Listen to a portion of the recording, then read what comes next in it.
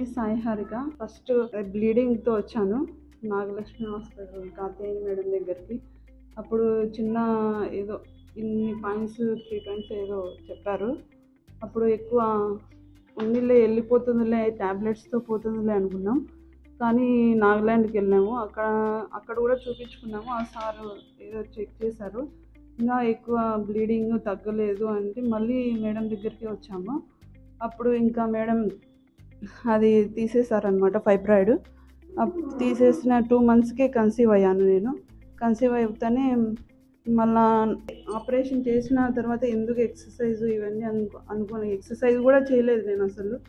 Madam బాగా చెప్పారు ఇలా అని, ఈ డైట్ తీసుకోండి ఆ డైట్ తీసుకోండి అని చెప్పారు. కాబట్టి ఇంకా రోజు ఆ డైటే తీసుకొని నార్మల్ డెలివరీ అయ్యాను.